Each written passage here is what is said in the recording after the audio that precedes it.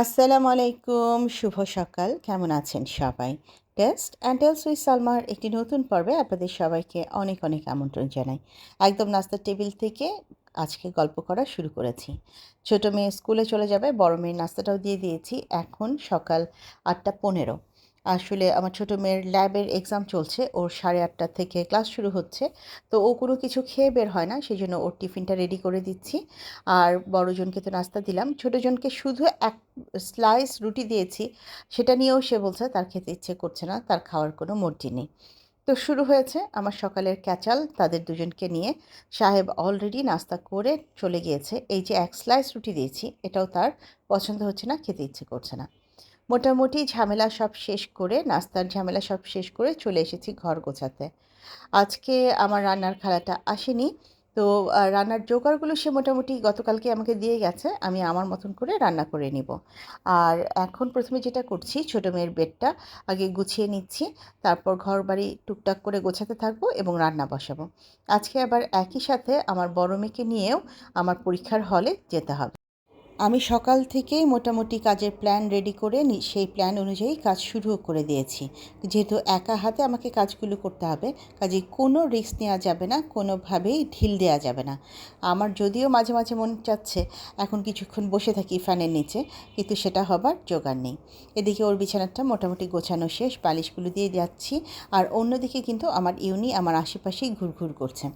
আপনাদের সবার কমেন্টের মধ্যে যে কমন কমেন্টটা আমার কাছে থাকে, সেটা থাকে ইউনিকে নিয়ে। আপু, ইউনি তোমার সাথে ঘুরে, ইউনিকে দেখতে ভালো লাগে, ইউনির সব কাজ দেখতে ভালো লাগে। আসলে ইউনি আমার পরিবারের একজন সদস্য।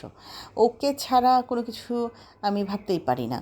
আর আমাকে কিছুদিন আগে আমার এক রিলেটিভ জিজ্ঞেস করেছিলেন, ও যখন না থাকবে তুমি কি করবে।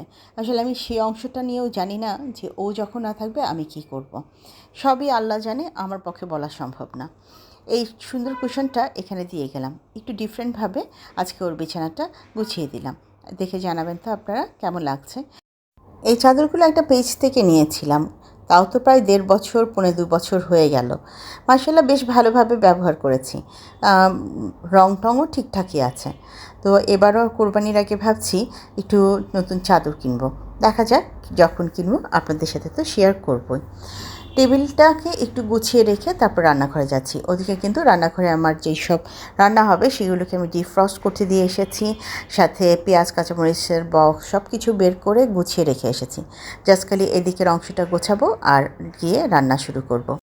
আজকে একটু এই ফুলদানিতে এই টিউলিপগুলো দিয়ে দিলাম। এখানে পার্পল এবং ব্লু কালারের টিউলিপ আছে, সাথে একটুখানি ওই যে ছোটো ছোটো ফুল যেগুলো, সেগুলোকে অ্যাড করে দিয়েছি। সাথে দিয়ে দিলাম একটা ইনডোর প্ল্যান্ট। এই মানি প্ল্যান্টটা আমি প্রায়ই ভেতরে আনি, বাইরে রাখি, দুইভাবেই আমি এটাকে গোছাই। আর এটা হচ্ছে এক ধরনের জুস জার। অনেকেই এটা ছোট একটা জার টাইপের, যেটাকে ডিটক্স ওয়াটার জার হিসাবে আপনারা চেনেন, বিক্রি করছে। তো এটা আসলে আমার ভুটান থেকে আনা। এখানে ১ লিটার পরিমাণ পানি আটে। তো ইনশাল্লাহ এবার আমের সিজনে আমার ইচ্ছে আছে এখানে আমি ম্যাঙ্গো শেক রেখে খাবো। দেখা যাক, সময় হলেই সব দেখা যাবে। আচ্ছা, রান্না বসিয়ে দিতে এসেছি, কারণ আমাকে যেহেতু ঘড়ি ধরে চলতে হচ্ছে, এর মধ্যে একবার কি আমার ছোটো মেয়েকে স্কুল থেকে আনতে হবে, আবার বড় মেয়েকে নিয়ে বের হতে হবে। কাজে খুব বেশি দেরি করারও সময় নেই। আমি এই পাশে আগে মুরগিটা কষাতে দিয়ে দিচ্ছি, আর অন্যদিকে একটু ঢ্যাঁড়স ভাজি বসিয়েছি। পরের দিন সকালে নাস্তা করার জন্য একটা ভাজি টাজির দরকার পড়ে, তো সেই জন্য। আর ঢ্যাঁড়স ভাজিটা আমার বাসায় আমার বাচ্চারা, আমার হাজব্যান্ড, আমরা সবাই খেতে পছন্দ করি। আজকে ভয়েস দিতে এসে বারবার কথা কেন জানি পেঁচিয়ে যাচ্ছে, জানি না কেন। আজকে শুধু না, বেশ কিছুদিন থেকেই আমি খেয়াল করছি আমি কথা বলতে গেলে আমার কথা পেঁচিয়ে যায়। আল্লাহ ভালো জানে কেন কি হচ্ছে। একটু ভিডিও সংক্রান্ত কথায় আসি। এখানে আমি মশলাটা ভালো করে কষিয়ে নিয়ে মুরগিটা দিয়ে দিব। আজকে আলু দিয়ে মুরগি রান্না হবে। নর্মালি আমার বাসায় এভাবেই হয়। মাঝে মাঝে আমি মুরগি ভুনাও করি, একেবারে কষানো বলে যাকে, একদম তেমন একটা ঝোল থাকে না, গা মাখা থাকে ঝোল। তো এরকম করেও করি। আবার কখনো কখনো বেশি একটু ঝোল দিয়ে, মানে ১ বালতি ঝোল দিয়ে মুরগি রান্না করে ফেলানো, সেই টাইপেরও করি। তো আজকে খানিকটা ১ বালতি ঝোল দিয়ে মুরগি রান্না করা টাইপেরই হবে, কারণ আমার মেয়েরা আজকাল খুব ঝোলের জন্য ডিমান্ড করছে, মুরগির ঝোল দাও ঝোল দাও এরকম করতে থাকে। তো এই জন্য ডিসিশন নিয়েছি এখন থেকে মুরগি রান্না করলে প্রচুর পরিমাণে ঝোল রেখেই রান্না করব। আচ্ছা, এখানে আমি মশলা কষিয়ে মুরগিটা এখন দিয়ে দিচ্ছি। আর আমি একদম দেশি মুরগি কিনছি, যেই কারণে মুরগির সাইজও খুব ছোট। একটা মুরগি একদিন রান্না করলেই শেষ হয়ে যাচ্ছে। আগে আমি কক মুরগিটাই রান্না করতাম, ওগুলো অনেক বড় ছিল, কিন্তু সেই মুরগিগুলো খেতে আমার মেয়েরা এখন আর পছন্দ করছে না। ওরা বলছে একটা ছাবা ছাবা ভাব চলে আসছে। তো এই জন্য একটু ছোট সাইজের মুরগি নিয়ে রান্না শুরু করেছি। একটা মুরগি কতটুকু হলে এই এঁটে গিয়েছে এবার একটু বুঝুন। খুবই ছোট একটা মুরগি, এখানে প্রায় 700-800 গ্রাম হবে এরকম। যাই হোক, এইদিকে মুরগিটা বসিয়ে দিয়েছি, আর এদিকে আমার কিন্তু ভাজিটাও শেষের দিকে। এটাকে এখন বেড়ে আমি একটা বাটিতে বেড়ে নিব। আর এই ভাজিগুলো আমি যখন করি এখন কিন্তু আমি এই কাস্ট আয়রনের মানে তাওয়াটাতেই ভাজিগুলো করি। তো দেখা যায় যে সাথে সাথে রান্না করে নামিয়ে ফেললে কিন্তু কোনো কালো হয় না, কোনো সমস্যা হয় না। অনেকেরই একটা প্রশ্ন থাকে, কাস্ট আয়রনে কি খাবার দাবার কালচে হয়ে যায় কি না? হ্যাঁ, কালচে হয়ে যায় যদি আপনি দীর্ঘক্ষণ খাবারটা ওই কড়াইয়ের মধ্যে কিংবা ওই পাত্রে রেখে দেন, তাহলে একটু কালচে হয়ে যায়। এটার প্রমাণ আমি নিজেই পেয়েছি। কিন্তু যদি সাথে সাথে মানে রান্নাটা শেষ সাথে সাথে আপনি যদি নামিয়ে ফেলেন, তাহলে আর খাবার কালচেও হবে না এবং খাবারের মধ্যে কোনো কাস্ট আয়রনের যে একটা স্মেল সেটাও থাকবে না। তো সেই জন্য যারা কাস্ট আয়রন কিনবেন কিংবা ব্যবহার করছেন, একটু খেয়াল রাখবেন যে রান্না করার সাথে সাথেই যেন সেটাকে আপনি প্লেটিং করে ফেলতে পারেন। একটু আমি ড্রয়িং রুমের এই সেন্টার টেবিলটা পরিষ্কার করতে এসেছি, অনেকটা ময়লা হয়ে গেছে। এটার উপরে যে কভার ছিল সেগুলো সব সরিয়ে স্প্রে করে ভালো করে এটাকে আগে একটু মুছে নিচ্ছি। এই টেবিলটা হচ্ছে স্প্রে ছাড়া মুছলে বেশি একটা পরিষ্কার লাগে না, তো সেই জন্য এখন চতুর্দিকে আমি স্প্রে করে তারপর এটাকে মুছে নিচ্ছি। আর এই টেবিলটা আসলে আগে আমি রেগুলারই মুছতাম, এখন দেখা যায় 4 দিন 5 দিন পর পর, মানে সপ্তাহে একদিন করে মোছা পড়ছে। আর কাজের চাপে, বিভিন্ন কিছুর চাপে আমি সময় মতন এই কাজগুলো শেষ করতে পারছি না। গ্লাসটাও একটু সরে গিয়েছিল, এর পাশে টেনে আনছি, এনে তারপর একটু মুছে দিচ্ছি। আর এটার উপরে এখন আমি এই যে সাদা রঙের এই টেবিল ক্লথটা বিছিয়ে নিচ্ছি। এখন না অনেক আপুরাই সুন্দর সুন্দর টেবিল ক্লথ আনছে। সেদিন আমি হেলেন আপুর কাছে দেখলাম, তাছাড়া আমাদের শিমুলের কাছেও দেখলাম, আরও অনেকের কাছেই দেখলাম সুন্দর সুন্দর এই সোফার যে সেন্টার টেবিলটা সেগুলোর ক্লথ, এবং প্রত্যেকটা ক্লথই কিন্তু খুবই সুন্দর। হেলেন আপুর একটা ডিজাইন দেখে তো একদম মনটা ভরে গিয়েছে, এত সুন্দর। যাই হোক, আমি এটাকে এখন এটার উপরে রেখে আমার যা যা আছে সেগুলো দিয়ে গোছাচ্ছি। প্রতিদিন তো আর নতুন নতুন জিনিস এনে ঘর গোছানো সম্ভব না। যা আছে যেটা আছে সেটা দিয়েই কিন্তু চাইলে আমরা ঘরটা গোছাতে পারি। আজকে এই ফ্লাওয়ার ভাসটা অনেকদিন পর বের করলাম, আর আমার পেজে থাকা এই ফুলগুলো দিয়েই ফ্লাওয়ার ভাসটা সাজালাম। অনেক দিন থেকে টিউলিপ ছিল, তো ভাবলাম যে এবার একটু নতুন কিছু আনি, নতুনত্বের ছোঁয়া দিই। যেহেতু আমার পেজে এই ফুলগুলো অ্যাভেলেবেল আছে, তো ভাবলাম ঠিক আছে আমিও একটুখানি আমার নিজের ঘরটা ফুল দিয়ে সাজাই। আপনারা জানাবেন যে এবারের ফুলগুলো দিয়ে এখানে সাজানোতে কেমন লাগছে। আমার কাছে হঠাৎ করে একটু পরিবর্তন, দেখতে খারাপ লাগছে না, ভালোই লাগছে। আপনাদের মতামতের অপেক্ষায় রইলাম। আর এই ফ্লাওয়ার ভাসগুলো কিন্তু আমার ম্যাক্সিমামই আনা হচ্ছে ভুটান থেকে, ভুটানের মিনিসো থেকে এগুলো নেওয়া। যাই হোক, এখন এদিকে একটুখানি আর একটু ঘরটা গুছিয়ে আবারও আমার রান্নায় চলে যেতে হবে।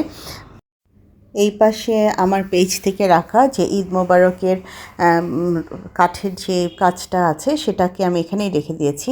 অনেক দিন এগুলো আসলে ধরা হচ্ছে না, পরিষ্কার করা হচ্ছে না। আজকে একটু সব সরিয়ে গুছিয়ে গুছিয়ে পরিষ্কার করছি। আমি একটা বিশাল ঝামেলায় পড়েছি, আমার ট্রাইপড ইউনি ফেলে দিয়ে ভেঙে ফেলেছে। তার মূল আকর্ষণই ছিল ট্রাইপডের উপরে যে অংশটা, সেটার উপরে সে ঝাঁপ দিত।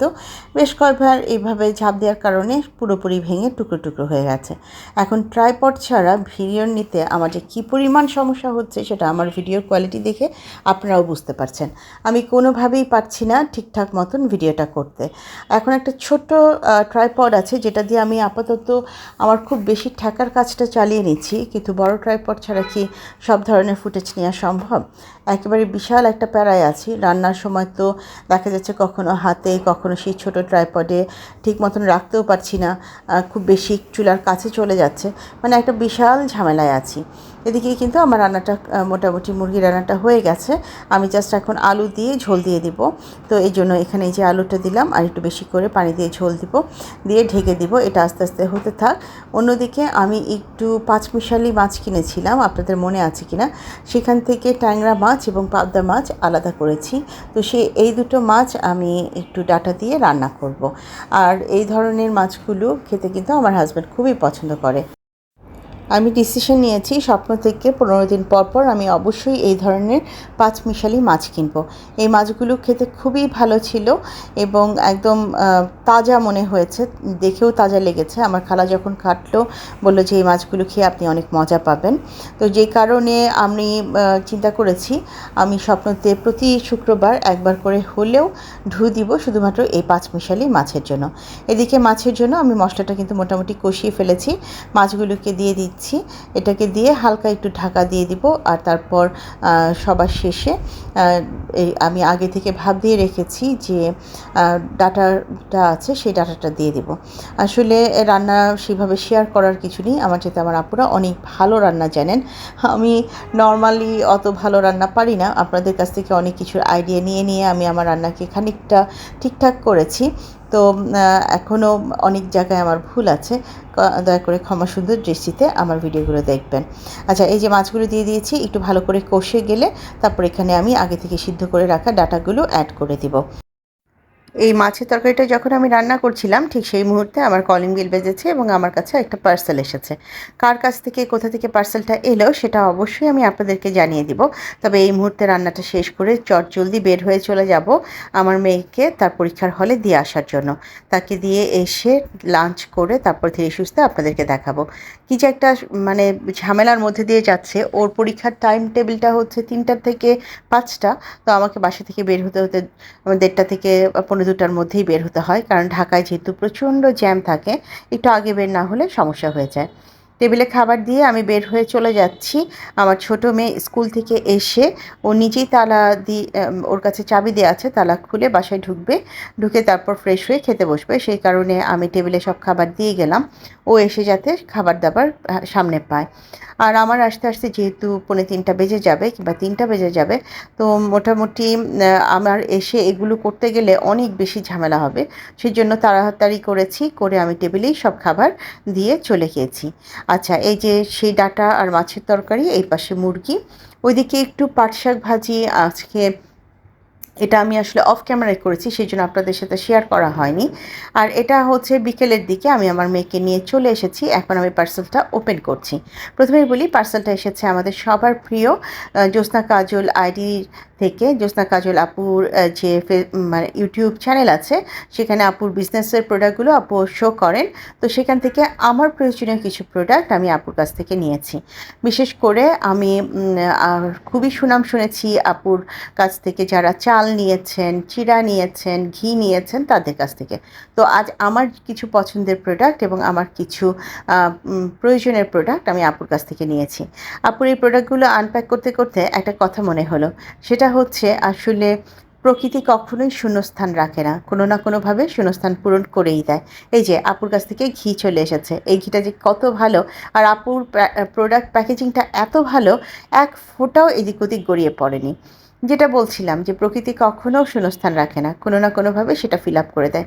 একটা সময় আমি নিজেও কিন্তু খাবারের বিজনেস করেছি ভুটান থাকতে। আমি এখন সেখানে নেই, কিন্তু আমার জায়গায় অন্য কেউ ঠিক চলে গিয়েছে। আমরা যে মনে করি না আমাদের ছাড়া মানুষের চলবে না, কিংবা আমাদের একটা আত্ম অহমিকা দাম্ভিকতা কাজ করে, এটা নিতান্তই হাস্যকর। ঠিকই প্রকৃতি তার শূন্যস্থান পূরণ করে দেয়। আজকে আপুর প্রোডাক্টগুলো হাতে পেয়ে আমার সেই পুরনো রান্নার সময়ের কথা মনে পড়ছে। ভুটানে থাকতে আমিও এভাবে বিভিন্ন খাবার ছোট ছোট বক্সে করে পার্সেল করতাম। বিশেষ করে এই বক্সটা দেখে আমার ভুটানের সমস্ত পুরনো কথা মনে পড়ে গেল। এটা কি জানেন? এটা নারিকেল আর সাদা তিল দিয়ে তৈরি একটা নাড়ু। কী যে মজার নাড়ুটা! আর এই যে ইউনি এসে হাজির, তার জন্য কি এসেছে দেখতে, তাকে একদম সব দেখতেই হবে। আজকে আমি হেলেনাপুর ভিডিওতেও দেখছিলাম তার তোজো এই সেম কাজটা করে, কোনো একটা কিছু আসলে শুকতে থাকে। তো আমার ডাক্তার সাহেব এসে একটু শুয়েছে, তাকে বললাম ট্রাই করে বলো এই জিনিসটা কেমন লাগছে। তো সে তো ট্রাই করে খুবই মজা পেয়েছে, আমি নিজেও খেয়ে খুব ভালো লেগেছে। সে বিছানায় কিন্তু শুয়ে আছে, সেই অবস্থায় তাকে বলেছি তুমি এটা এখনই ট্রাই করে আমাকে এখনই রিভিউ দিবে, কারণ এই যে মিষ্টি খাবার আমার বাসায় ডাক্তার সাহেবই সবচেয়ে বেশি পছন্দ করে। এই যে রিভিউ লাইক চলে এসেছে, আপনারা একটু অন্য সব কিছু ইগনোর করবেন, কিন্তু ডাক্তার সাহেবের লাইকটা মাথায় রাখবেন। আমি একদম ভিডিওর শেষ পর্যায়ে আছি। আজকে ভিডিওর শুরুতে আর গাছ দেখাইনি, ফুল দেখাইনি, শেষে দেখাচ্ছি এবং আজ এই পর্যায় থেকে আমি আপনাদের সবার কাছ থেকে বিদায় চাইছি।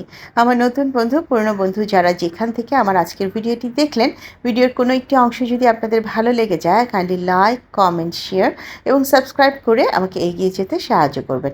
যারা প্রথমবারের মতন ভিডিওটি দেখলেন, ভিডিওটি ভালো লেগে গেলে আমার বন্ধু হয়ে আমার পাশে থেকে যেতে পারেন। আজ এই পর্যায়ে থেকে আমি আপনাদের সবার কাছ থেকে বিদায় চাইছি। ইনশাআল্লাহ নতুন কোনো গল্প নিয়ে, নতুন কোনো কিছু নিয়ে খুব শিগগিরই হাজির হব আপনাদের কাছে। উপর থেকে কবুতরের পালক পড়েছে, এই জিনিসটা আমার ইউনির খুব পছন্দ। আর শেষ করতে গিয়ে দেখলাম আমার গাছে একটা সাদা অপরাজিতা ফুটেছে। সবাইকে অপরাজিতার শুভেচ্ছা জানাচ্ছি। আল্লাহ হাফেজ এবং আসসালামু আলাইকুম।